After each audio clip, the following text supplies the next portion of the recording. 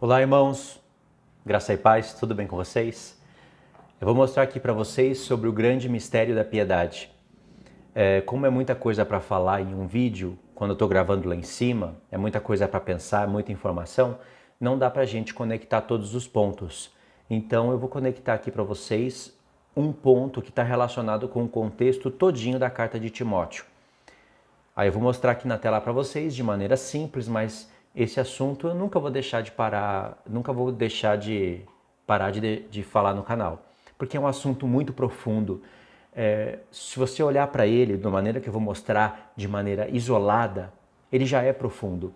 Dá para pegar só essa parte que eu vou mostrar para vocês em um único verso, e você vai ver que isso se conecta com todas as cartas de Paulo, em pontos proféticos relacionando a primeira vinda e a segunda vinda do Senhor, morte e ressurreição, e se conecta com vários textos da lei, dos profetas, um único texto muito bem construído pelo apóstolo Paulo. Mas no próprio contexto ele é muito profundo. Então eu vou explicar para vocês o porquê que esse texto se encontra aqui no miolo da carta de Timóteo, tá bom? Então vamos lá, eu vou primeiro mostrar o texto, frisar alguns pontos e depois eu vou ligar ele no contexto imediato e vou explicar o porquê que esse texto se encontra no capítulo 3, o porquê que ele está nesse contexto e o que isso tem a ver com o contexto da carta, em poucas palavras. Então vamos lá.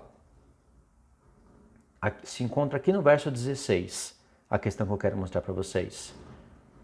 Presta atenção. Evidentemente, grande é o mistério da piedade. O mistério da piedade, que é o que eu quero frisar para vocês. Aí olha qual é o mistério.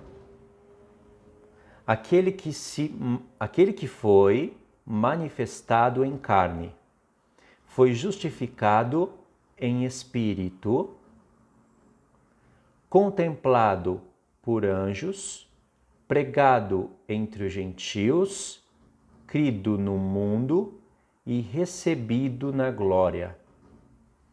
Então, quantos pontos são? Manifestação em carne, 1.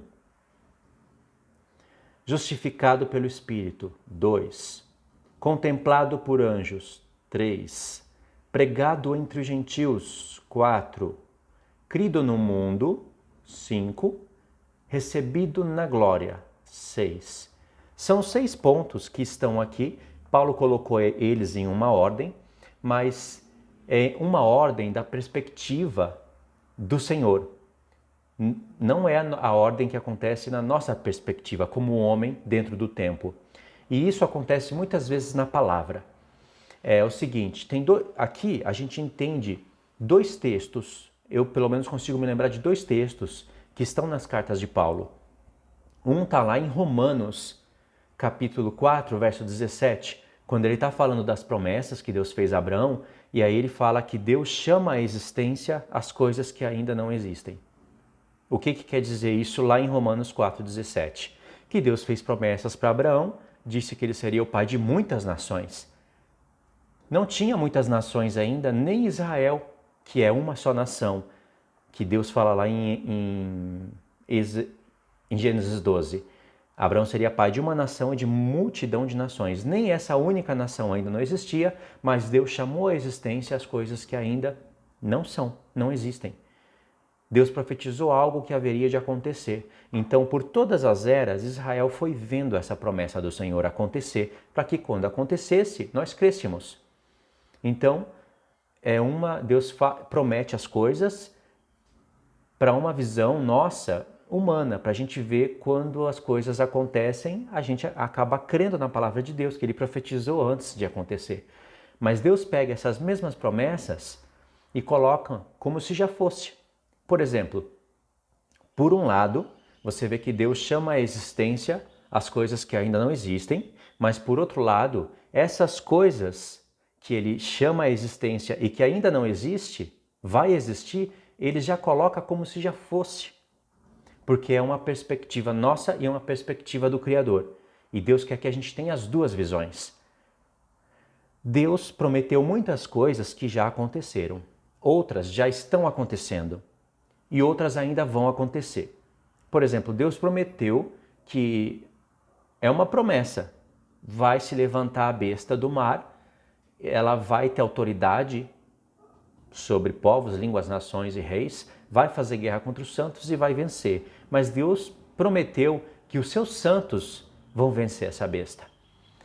Essa mesma besta que mata os santos, eles vão ressuscitar e eles mesmos, ressurretos, farão guerra contra ela e as vencerão, com os corpos glorificados. Essa revelação é uma soma de Daniel 7 com Apocalipse 13. Então essas coisas que ainda vão acontecer, Deus chamou à existência as coisas que ainda não são, mas nós já vemos por esse mundo, por esse contexto, que elas estão em cumprimento. Mas, por outro lado, Deus vai colocar essas coisas que ainda não aconteceram como se já fossem. Por exemplo, Apocalipse 20. Toda a linguagem do Apocalipse 20, que é a derrota da besta, o aprisionamento, e aí ela sendo aprisionada, os 1000 anos de Cristo, essas coisas ainda vão acontecer. Mas toda a linguagem do Apocalipse está no passado, porque para Deus é como se já fosse. E Paulo, ele foi nessa visão, ele foi dentro dessa visão, quando ele escreveu Efésios 2 e disse que o Senhor nos ressuscitou com Cristo e nos fez assentar nos lugares celestiais para nós sermos abençoados com todas as bênçãos espirituais nos lugares celestiais em Cristo. Isso não aconteceu ainda. Deus chamou à existência essas coisas. Esses fatos que Paulo escreveu são promessas do Senhor, que ainda vão acontecer, mas Paulo já as colocou como se já fosse, porque Paulo entendeu a linguagem do Espírito do Senhor nos profetas. Então, essas coisas ainda vão acontecer, mas Paulo colocou como se já fosse, porque Paulo entendeu que a vontade de Deus é que a gente tenha o olhar do Espírito do Senhor, a perspectiva do Senhor que é atemporal. Então, pela fé, a gente acredita nisso. Pela fé, você pode se contemplar reinando com Cristo sobre as nações. Isso não é muito lindo? Então, Romanos 4, verso 17, deixa eu anotar aqui para vocês. Vamos ver se eu consigo.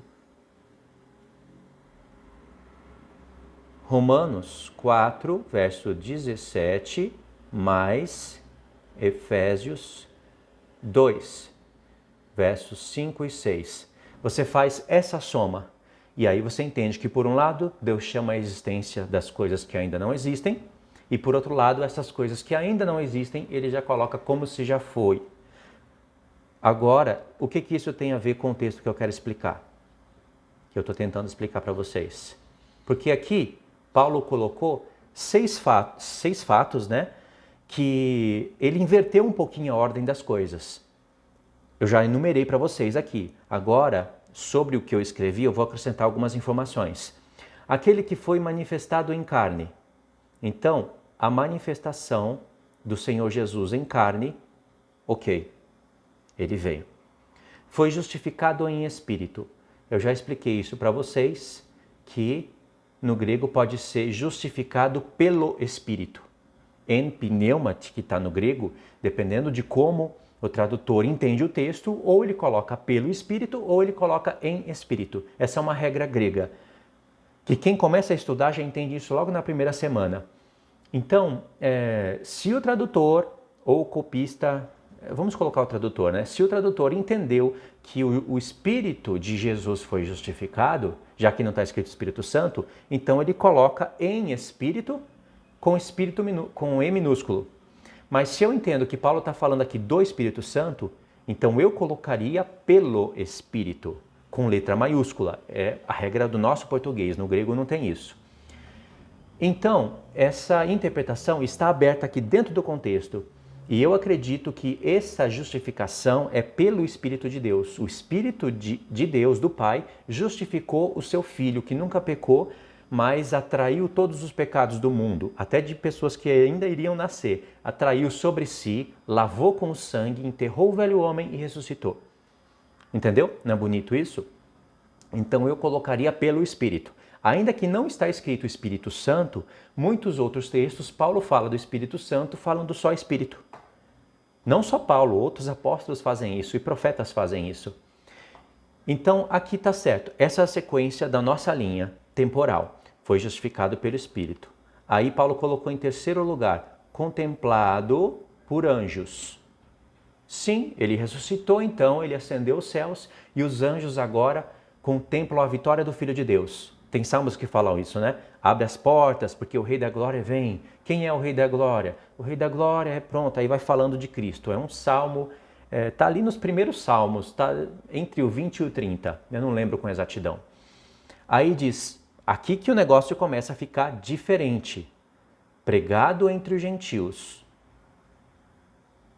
Pregado entre os gentios. Então, ele subiu, ele foi contemplado por anjos, aí ele foi pregado entre os gentios. Com a pregação, ele é crido no mundo, e aí vem o recebido na glória. Ok, agora eu vou dar uma limpada na tela porque está muito suja, né? Essa parte aqui, irmãos, que diz contemplado por anjos, ele já está no céu.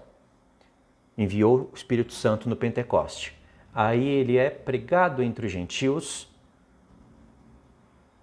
crido no mundo, tá certo, mas o recebido na glória, aqui já não faz sentido. Como assim recebido na glória? Essa parte aqui que diz recebido na glória é por causa do seu corpo, é por causa da revelação que houve no sacrifício do Senhor Jesus, porque o corpo do Filho, ele representou todos os vencedores. Por isso que, representando os vencedores, antes de nós sermos vencedores, nós éramos pecadores.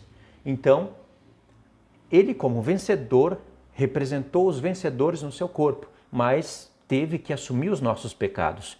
Por isso que ele nunca pecou, mas os nossos pecados recaíram sobre ele. Só por isso que ele pôde morrer. Porque segundo a lei de Deus, se um homem nunca peca, ele não morre. Jesus nunca poderia morrer. Mas como ele se fez pecado por nós, ele morreu. Mas quando ele morreu, houve esse mistério, que Paulo aqui chamou de grande mistério, e tem a ver lá com Efésios 5 também, o grande mistério. Eis porque o homem deixou pai e mãe lá do céu. Tem que entender pela revelação, não vou explicar aqui. Mas deixou pai e mãe, se uniu à sua mulher, aqui, e se tornaram ambos uma só carne. E Paulo fala, grande é esse mistério. E eu não estou falando de Adão e Eva. Porque esse texto foi referido a Adão e Eva, parece, né?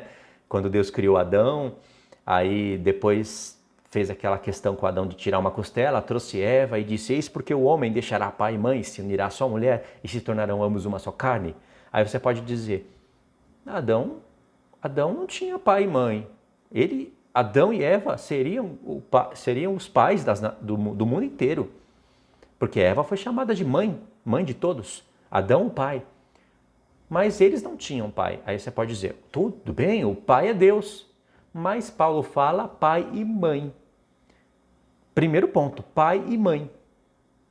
Como que Adão deixou sua mãe? E ainda o negócio fica mais misterioso quando Paulo fala, eu não estou falando de Adão e Eva. Eu estou falando de Cristo e da igreja.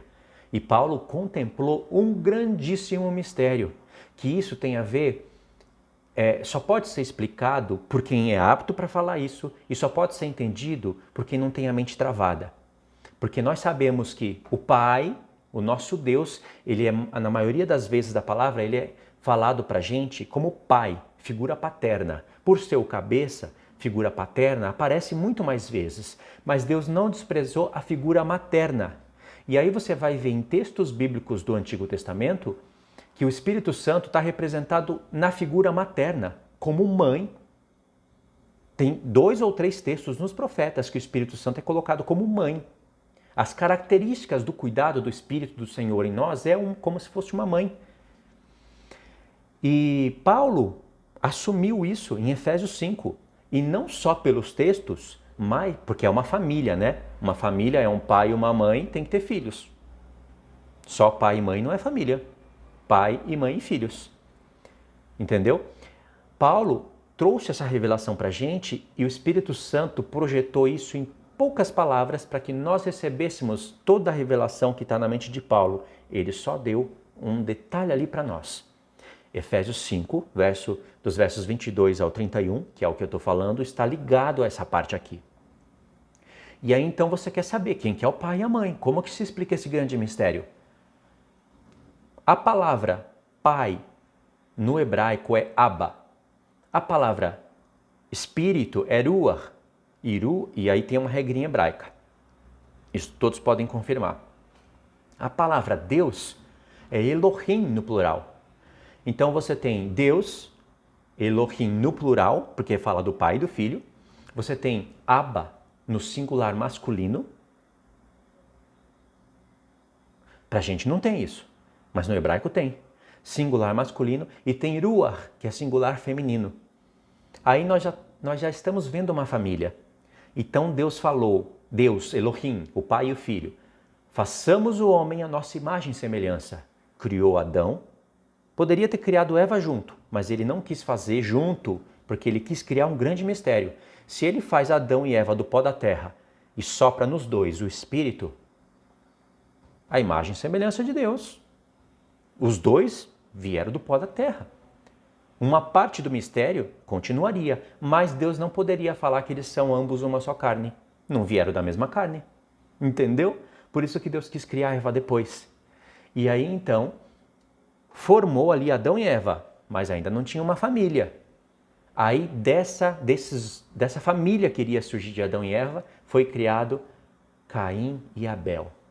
Um representa a família do mal e o outro a família do bem. Aí é uma família, mas tem que ser a família imagem e semelhança de Deus. Caim não representa isso, Abel representa. Abel é uma figura de Cristo. Entendeu que grandiosidade? Então nessa regrinha hebraica, ela coincide com as revelações que nós temos no português e aí nós entendemos o pai, que é figura masculina, ainda que nós falamos nosso pai e sabemos que o pai, aqui na terra, o nosso pai é homem, ele tem um membro na perna, ele gera filhos. O nosso Pai Celestial não é homem, nem mulher. Mas ele se representou, ele criou uma família para revelar aspectos do amor. Mãe. O Espírito do Senhor está representado na mãe, tanto por textos como pela regrinha do hebraico. Mas o Espírito não é homem nem mulher. Jesus, ele só é homem porque ele se fez homem. E ele foi glorificado homem. Você vai ver aqui dentro dessa carta, no capítulo 6, que Paulo fala, há um só mediador entre Deus e os homens, Jesus Cristo, homem. Entendeu? Então o filho, homem. O pai, figura paterna, representado na figura do homem masculino, porque a palavra homem pode ser usada para mulher também, por causa da palavra Adão, mas o pai não é homem e nem mulher. Entendeu esse mistério? Então aí você entende que quando o filho saiu do céu, quando ele deixou o céu, ele deixou o seu pai. Só que o pai, ele é espírito. Jesus não deixou duas imagens lá no céu. O pai de um lado, o espírito do outro, de maneira que ele saiu de uma trindade. Não, ele deixou o pai. Só que o seu pai também é a sua mãe. Ele se fez homem, o pai deu um corpo para ele, um corpo representativo. Por isso que Paulo fala, deixou o seu pai e a sua mãe. Porque quando ele se faz homem, o pai e a mãe de Jesus Cristo passa a ser Deus. Então ele se fez carne. Quando ele se faz carne, ele representa toda a humanidade. Mas não era toda a humanidade que haveria de crer no Senhor. E, aliás, o Senhor não chamaria toda a humanidade para fazerem parte dos reis e sacerdotes. Muitos são chamados, mas poucos os escolhidos. Essa frase não se refere à salvação, mas sim os que serão chamados para a eleição. Porque se essa frase se referisse à salvação, logo a linha calvinista estaria certa. Muitos foram chamados, não todos. Entendeu? Então, quando Jesus assume a sua figura humana, ele representa aqueles que haveriam de estar... ele representa a sua esposa, aqueles que haveriam de estar representados no seu corpo para ele fazer o processo de lavagem. O seu sangue que flui pelo seu corpo. Isso daqui, para eu falar e realmente fazer todo sentido para vocês, precisaria de recursos de imagem visual. Entendeu? E para ficar emocionante, até uma música de fundo. Mas eu tenho que falar assim naturalmente, para vocês entenderem o mistério. E isso que eu estou falando, para não ficar assim cru, eu nem pensava em falar tudo isso aqui nesse vídeo, mas eu vou lá no texto para mostrar para vocês como está vinculado esse mistério. Efésios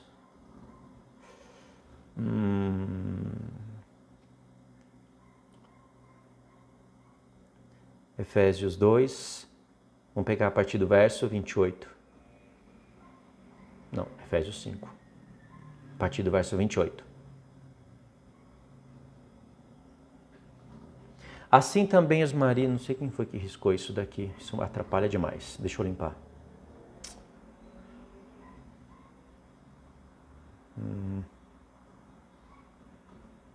É que essa Bíblia aqui foi compartilhada com alguns irmãos, então eles riscam aqui, sabe? Para mim esse tipo de marcação atrapalha, não ajuda. Aí, verso 28. Assim também os maridos devem amar a sua mulher como ao seu próprio corpo. Quem ama a sua esposa ama a si mesmo. Porque ninguém jamais odiou a sua própria carne, antes a alimenta e dela cuida, como também Cristo o faz com a igreja. Veja que colocou Cristo e a igreja como mesma carne, porque o Senhor se fez mesma carne, ainda que hoje ele não é, ele se fez. Aí verso 30, porque somos membros do seu corpo. Aí o negócio fica aqui admirável. Verso 31, eis porque deixará o homem o seu pai e a sua mãe, e se unirá à sua mulher, e se tornarão ambos uma só carne. Então veja, nota, aqui nós temos o homem, que é uma coisa, o pai e a mãe, que é uma outra coisa, e a sua mulher, que é uma outra coisa. E esse homem que deixa pai e mãe e se une à sua mulher, se torna uma só carne com ele. E aí Paulo, logo após ter dito isso, acrescenta: grande é este mistério. Não é só um mistério, ele também é grande. Igual lá em 1 Timóteo capítulo 3. Grande é o mistério da piedade, que é o mistério da fé. Aí ele fala, mas eu me refiro a Cristo e a igreja, para ficar bem claro que ele não está falando de Adão e Eva. Nem poderia estar falando porque Adão e Eva não tinham pai a não ser o próprio Deus. Ok, aqui foi o mistério, ele já deixou falado para a gente. Então, como eu expliquei para vocês, e vocês devem ter entendido, quando o Filho deixou a sua forma de Deus em espírito, ele se fez homem, então ele deixou o seu pai e a sua mãe. Porque agora ele se fez homem. E agora quando ele fala, Pai nosso que estais no céu, ele se refere ao Pai sempre no masculino, não quer dizer que ele não conhece esses mistérios, porque foi criado por ele mesmo, e ou ele despreza a figura materna. Se isso fosse uma verdade, Paulo não poderia falar isso daqui, porque como nós explicaríamos esse mistério aqui? Quem que é esse homem que deixou pai e mãe? Se você falar que é Adão, Paulo te desmente. Se você falar, mas então o que é? O que você vai falar? Não tem o que falar. Você tem só que entender a revelação com recursos dos profetas e da própria regrinha hebraica que Paulo conhecia. Então o Senhor Jesus sai do céu, deixa o seu pai, que na verdade, porque o pai é espírito, pai no singular masculino, espírito no singular feminino, ruach, deixa a sua família, aliás, ele deixou sua família celestial, né? Se uniu num corpo, ou seja, se uniu à sua mulher para fazer o mistério. Ou seja, todos os vencedores estavam representados no corpo de Cristo para que todos nós pudéssemos morrer com Ele. Paulo não fala isso em Romanos? Que nós morremos com Ele, aí depois em Romanos 7 ressuscitamos com Ele, em Efésios 2 ressuscitamos com Ele, e ainda em Efésios 2 ele vai além, ele fala que subimos até os lugares celestiais. Porque quando Jesus estava ascendendo aos céus, todos os vencedores estavam representados ali já com os seus corpos glorificados. Irmãos, isso realmente é um grande mistério. É uma coisa que quando você entende e não fica preso em trindade, sabe? Não fica... Eu já falei disso várias vezes no canal, eu tenho vídeos no canal falando disso, explicando o passo a passo. E aí tem pessoas que elas são travadas, mas é algo espiritual mesmo, bloqueado. A pessoa não explica o texto e vai contra essa explicação que você está falando que não faz dano nenhum na palavra, só traz à luz a revelação que estava escondida. Está escrito para gente, mas está escondido. As pessoas não manifestam ela, está escondido. Eu estou tirando das trevas e trazendo para a luz. Só isso. E aí a pessoa fica presa, sabe? Não quer entender, mas para você que quer entender, entende o que isso daqui, como eu falei no vídeo anterior, é um grande depósito depositado em nós. É uma maravilha entender que você tem um pai e uma mãe. Os católicos não entendem que ele tem uma mãe, que eles têm uma mãe. Aí quer pôr Maria como mãe, quer pôr Maria no trono. Não, você tem uma mãe. Você tem um pai e você tem uma mãe. Cadê? É Deus. O pai que está no céu, que nós falamos pai, pensando só em uma figura materna, representa a nossa, uma figura paterna, representa também a nossa figura materna. Nós temos um pai e uma mãe espiritual, e não é só isso não. Nós temos milhares de irmãos aqui na terra, que é uma família ainda terrena, mas que vai se encontrar com a família do céu. Você tem tudo isso. Agora vamos lá em Timóteo, porque o vídeo já está ficando do tamanho que eu não queria que ficasse.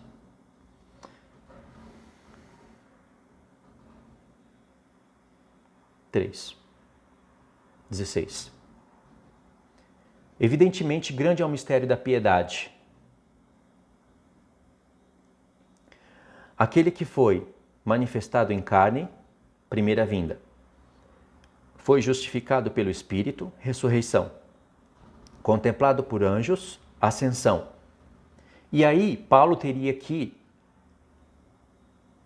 inverter aqui esses pontos finais, na nossa perspectiva, porque após Jesus ascender aos céus, então quando ele ascendeu aos céus, ele foi recebido na glória.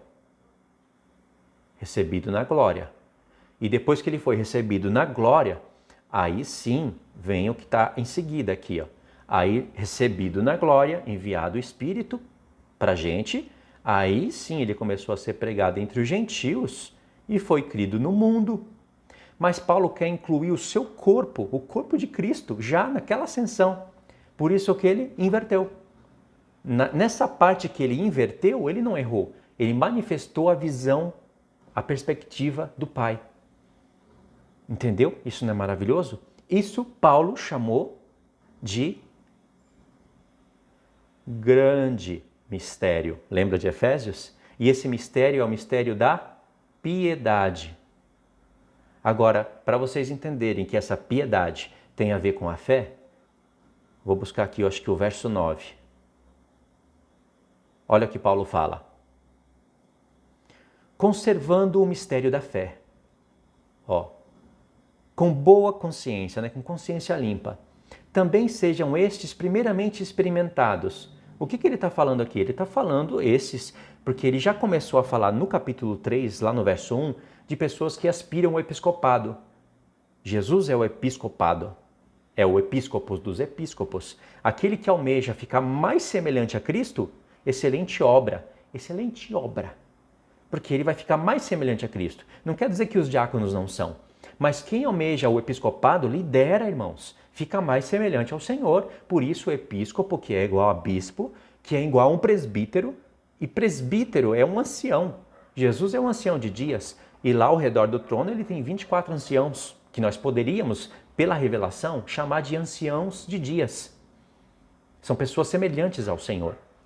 E o episcopo, ele só consegue ser um episcopo se a mulher dele colaborar com ele. Não na pregação, mas com uma mulher santa, trabalhadora, que ajuda o seu marido, não que é empregada, mas que ajuda ela com as tarefas de casa. Eu sei que esse mundo, ele foi manipulado pelo diabo, ele foi alterado pela energia e tecnologia, fazendo com que a mulher não tenha o tempo que ela tenha. Ele gritou o feminismo na mente de todos, ele criou o machismo para justificar o feminismo junto nesse tempo aqui. Essa é a artimanha dele. Por isso que Paulo fala que nós não desconhecemos as estratégias do diabo, e lá em Apocalipse 12 fala que ele é o sedutor do mundo inteiro. Ele alterou o mundo pela energia, pela tecnologia. No passado trabalhou com o machismo, que é uma coisa horrível, ainda existe, mas aí hoje ele mudou. Agora um negócio que estava todo envergado para a esquerda, ele envergou todo para a direita. Não tem equilíbrio. Agora ele justificou o feminismo. E aí a mulher tem que sair para trabalhar e agora, né, já que a mulher trabalha e também ajuda no sustento do lar, com o mesmo trabalho e às vezes ganhando até mais que o marido, as coisas saem do eixo. Nós temos que nos esforçar para não deixar as coisas saírem do eixo. Ainda que a mulher tenha que ir trabalhar, não é o correto a mulher sair para fora para trabalhar. Mas agora ela sonha, ela almeja isso. As mulheres santas de Deus entenderiam que isso daí não é o plano de Deus. Deveriam entender. O plano de Deus é elas serem boas donas do lar, como está escrito. Cuidar da casa, cuidar da família. Mas o mundo alterado e todo manipulado e agora repletos de iniquidade, isso aos olhos do mundo, a mulher cuidar da casa, cuidar dos filhos, isso ficou coisa de empregada. Entendeu? Mas o plano do Senhor é esse, e se a mulher entender o seu propósito, respeitar os limites estipulados por Deus, Deus dá o episcopado para a mulher na ressurreição. Entendeu? Deus dá o que a mulher merece, o que a mulher pertence, o que pertence à mulher. Porque o homem só se torna um episcopado e só consegue fazer a igreja funcionar se a mulher dele colaborar com ele. Se os dois estiverem em brigas, em conflitos, a própria oração deles já não são ouvidas, já não são ouvidas e atendidas pelo Senhor. E isso que eu estou falando está escrito. Está lá em 1 Pedro capítulo 3. Entendeu esse mistério? Então Paulo aqui ele está formando um time. Ele está falando do episcopado, depois ele fala dos diáconos, não, do episcopado, aí fala das mulheres e fala do diácono. Esse é um time que vai criar o mistério da fé. E aí esse time, por isso que eu falei tudo isso, é muita coisa, né, para falar. Aí Paulo fala aqui, vamos pegar o verso 11, da mesma sorte quanto a mulheres. Claro, quanto a mulheres, da mesma sorte, mas que sorte é essa? Que sorte é essa?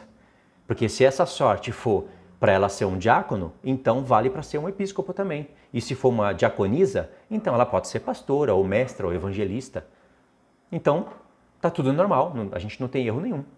É apenas o Senhor que mudou. Ele não quer manifestar milagres, sinais, e ainda mais, ele não quer manifestar suas grandes revelações às igrejas, porque o Senhor mudou, ele faz o que ele quer. Então não tem nada de errado. O errado está o apóstolo Paulo.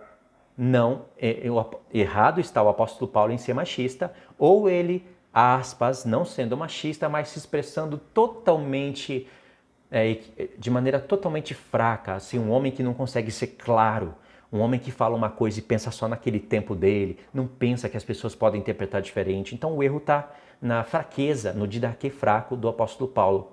O que vocês acham? E aí, da mesma sorte quanto as mulheres,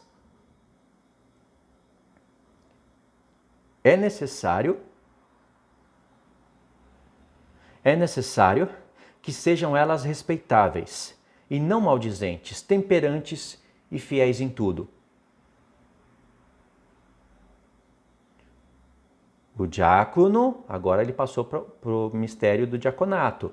Seja marido de uma só mulher, governe bem os seus filhos e a sua própria casa. Pois os que desempenharem bem o diaconato, significa que tem pessoas que vão desempenhar mal, os que desempenharem bem o diaconato,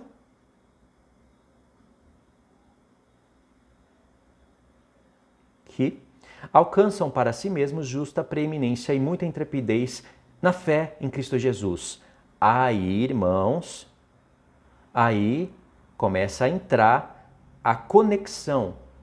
Esse texto que nós vamos ler aqui, ele vai começar a conectar os fatos, o verso 14.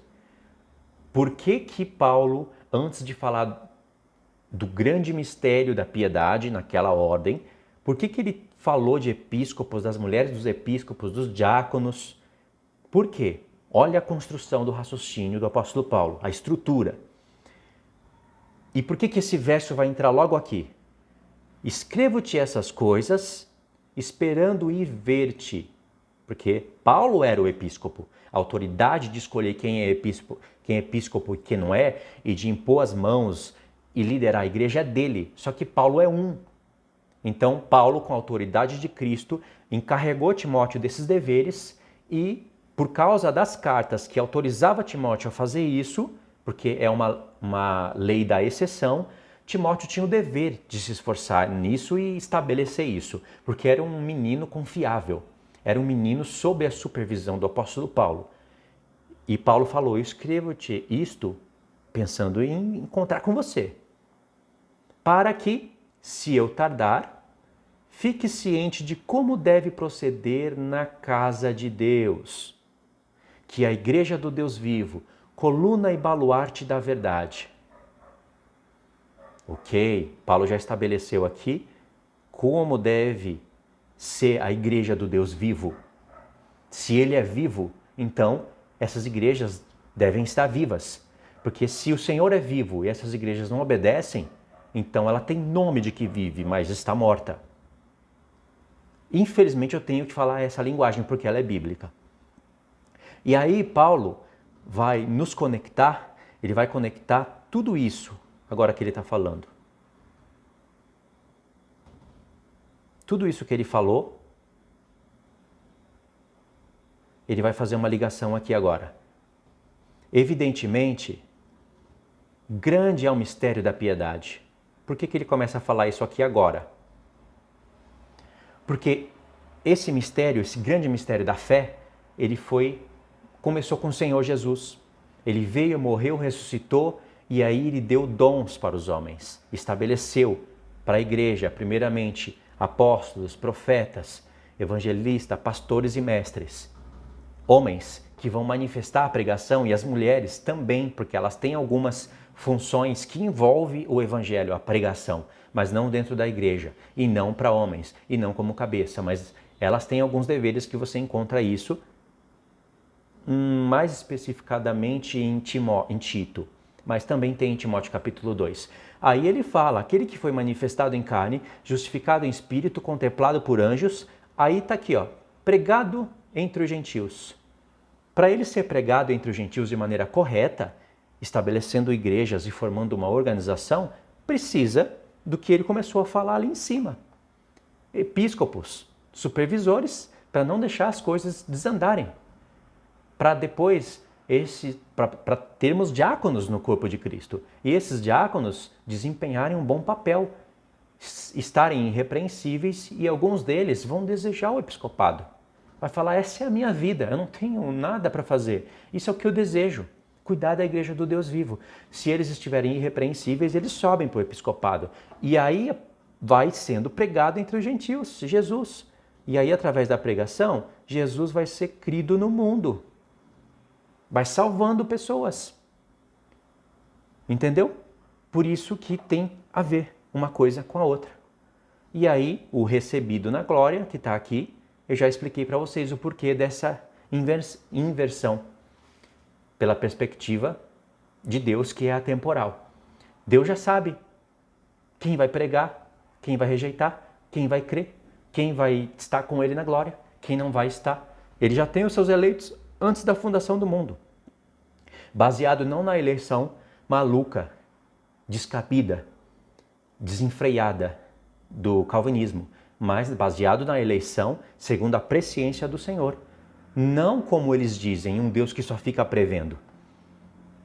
Não, Deus altera os fatos, só que ele não tira o poder de escolha do homem. Baseado nisso, isso é a pregação verdadeira. Muitos desses que se dizem bispos e episcopos da igreja presbiteriana afirmam que Deus só pôde eleger os seus eleitos que ele quis porque ele previu. Ou seja, foi na base do que ele estava prevendo que ele elegeu. Já que ele iria escolher um para ir para o inferno, independente de obras, e outro para ser salvo, independente de obras, é uma previsão, uma presciência. Então eles torcem até mesmo o que Pedro falou, que a eleição é na base da presciência. E aí, para justificar isso, eles falam que Deus não pode ser um Deus que dança conforme a música, que ele foi só prevendo o que ia acontecer e não alterou os fatos. Então, realmente, é joio no meio do trigo, estão crescendo junto, mas o Senhor vai separar isso daí. Entendeu, irmãos? Isso é muito bonito, né? Quando eu fui iniciar aqui gravar esse vídeo, eu falei, eu vou gravar esse vídeo aqui em 10 minutos. Já está aí em em mais de meia hora, né? 40 minutos. Mas tá bom, tá bom.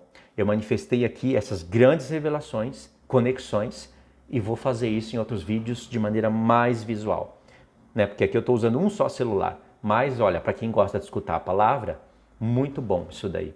Então eu queria que você assistisse à playlist do Episcopado, vídeos que eu venho fazendo lá em cima, aqui embaixo, lá no parque. Vai acompanhando esses estudos, você vai ver o seu conhecimento aumentar, tá bom? Se você veio dessa playlist, pode seguir, que para mim as coisas estão ficando bem reveladoras e bem esclarecidas. E tudo isso que eu estou fazendo é o depósito do Senhor, aquele excelente depósito. Depósito de azeite na menorá, nos 7 castiçais. Guarda esse excelente depósito. Guardar não é ouvir e falar, nossa, que lindo. Guardar é manifestar. Ore a Deus para que você possa, de alguma maneira, manifestar esse grande depósito. Porque se o que você guardar do grande depósito, Deus guarda também do que você fez. O que você fez fica guardado pelo Senhor, ninguém toca. Podem fazer o que quiser com você, mas o que você fez está guardado para Ele te dar no dia, naquele grande dia. Como Paulo disse, Timóteo, guarda o bom depósito, guarda esse excelente depósito, porque eu guardei a fé e o Senhor é poderoso para guardar o meu depósito até aquele dia. Tá bom, irmãos? Então, é isso daí então, tá? Um abraço, fiquem todos na paz.